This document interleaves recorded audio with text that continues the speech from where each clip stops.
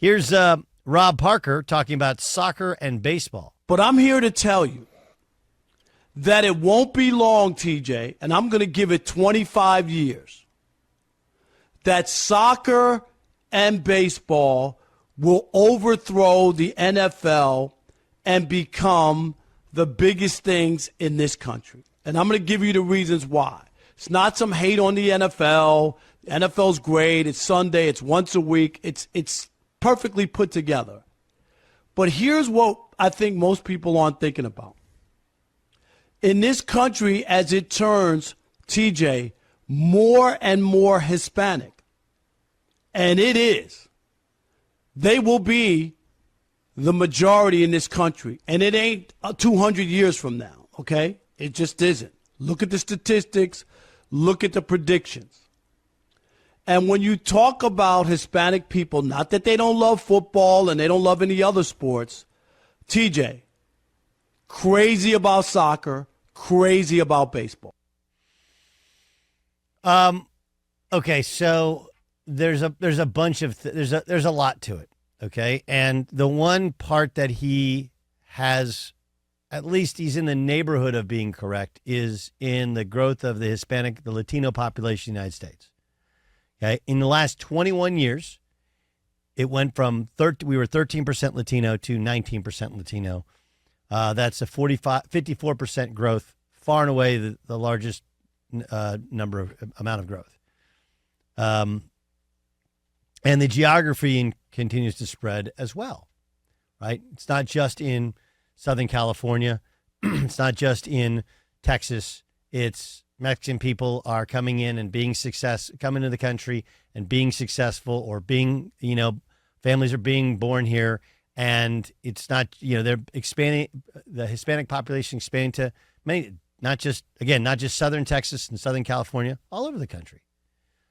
And there is a different level of passion for soccer, especially from Latinos who are born in Mexico, Mexican born. And when you're in a Latino family, I'm sure as well. But we Americanize people. Like, here's the thing. Rob loves baseball. I love baseball too. And baseball's done a lot of really, really smart things. Really smart things to make it more watchable and a better game this year, more athletic game.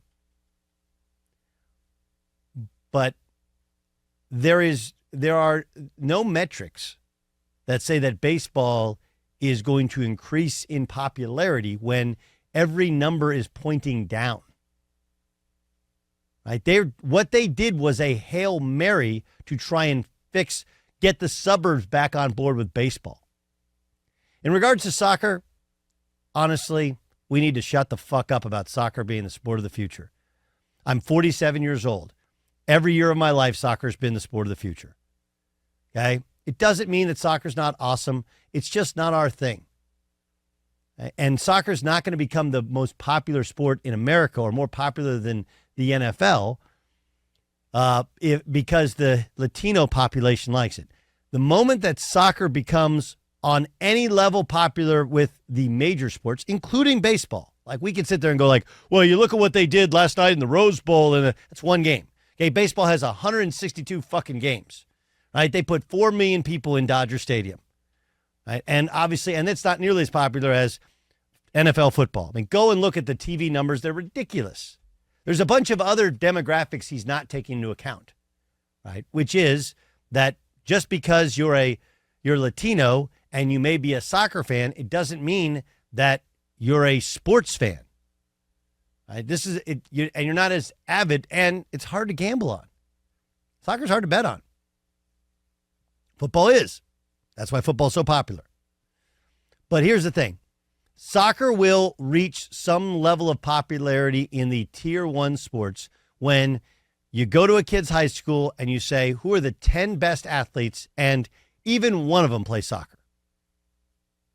Ask yourself that. Like, if you just finished high school 10 years ago, or when you were in high school, think of the 10 best athletes in your high school. Did any of them play soccer? Now go ask your kids now. And look, there are the one-off soccer player stars out there that go to some academy or whatever. And, oh, yeah, by the way, most, like Kristen Pulisic, remember, he didn't play in the MLS. He went overseas. The soccer's better and bigger there. Will it see growth? Yeah, it's going to grow. Okay, it's going to grow because time zone, but it still has a time zone issue. But there's just not years and years and years and years of passion. The Super Bowl's been going on for 50 fucking years. Right? And I guarantee there's a moment in your brain that you can pinpoint that you love about football. Right? We don't have that about soccer. We may have it about baseball. Baseball's all nostalgia, nothing else earlier. But this is, I mean, remember, yes, Latinos make up 19% of the United States. You do know that Caucasians make up 60% of the United States. Like, that's a big hill to climb in order to, it's gonna happen, not in 200 years. Like, it may happen. But in our lifetime, we've been told soccer is the sport of the future. Baseball, by the way, is America's pastime. I think baseball's moniker is far more accurate than soccer, except for the fact that soccer is forever the sport of the future, just never the present. Let's find out what or who is annoying Jason Stewart. The first thing I thought about today that annoyed me from the weekend was Richard Deitsch, media reporter. I think he's with The Athletic now. I know you and him have an interesting history. He quote tweeted the Messi goal, and he said, "Not hyperbole, : this will be remembered as one of the biggest moments in United States soccer history. It will be replayed forever. People still remember Pele's first goal at Randall's Island.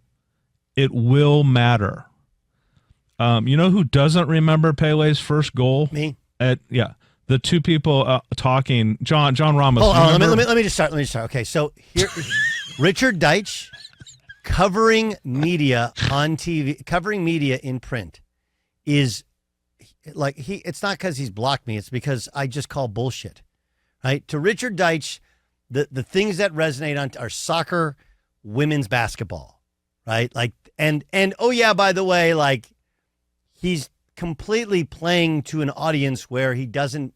I don't even think he fucking believes his bullshit. But let me just help you out, Richard Deitsch. You're a fucking idiot, and that's why you write about people who cover sports. You don't actually cover sports yourself. Right? If you want to say that Brittany Chastain taking off her shirt and showing her sports bra and going crazy and winning the Women's World Cup at the Rose Bowl, that is the singular soccer moment that I can remember in America. Lionel Messi, okay, in his first game on a free kick, playing against a bunch of mooks who I've never heard of. Okay, when did Miami's had a team for like what, a minute, 5 minutes? It was almost like an exhibition game. Like, no one cares about, when I say no one cares about the MLS, you're going to say like, oh yeah, I care. I'm not saying no one cares. It's a cool niche sport. They've been able to find the right size venue, the right cities, and they've been able to create followings and passion. Like, it's a cool thing. Okay? But, like, don't get over your skis and try and make it out like there's some fucking history here. Okay? The only reason he came to the States is, like, dude, it's easy. It's $100 million. He gets to hang out with Bex and LeBron and do the Miami thing. You know, it's just an easy kind of ease into retirement. And meanwhile, it builds his brand. Look at what it's done for David Beckham. It makes complete sense. But let's not act like these are some historic events. Like that just shows that Richard Deitsch, if that is his bar, if he thinks that that's actually a reasonable thing, then he is not equipped to cover sports or people who cover sports because he doesn't know. This is, again, like the Richard Deitsch doesn't like me is because he said in a column that CBS when they do the bracket reveal for the NCAA tournament should reveal the bracket first and then discuss afterwards, which I said is TV 101. And I didn't say you dumb motherfucker, which is they don't announce best picture at the start of the show. They don't announce who won American Idol at the start of the show. Right? They don't have the conclusion to a sporting event at the start of the show. It's all at the end. It builds to it. And that's where your ratings build up. And that's where the excitement, the intrigue is. But again, if these are his judgments, why would anybody value anything he has to say about television, radio? Because he clearly doesn't fucking get it. So Richard Deitsch is the most annoying today. We have a great because we can today. Richard Deitsch. Yeah.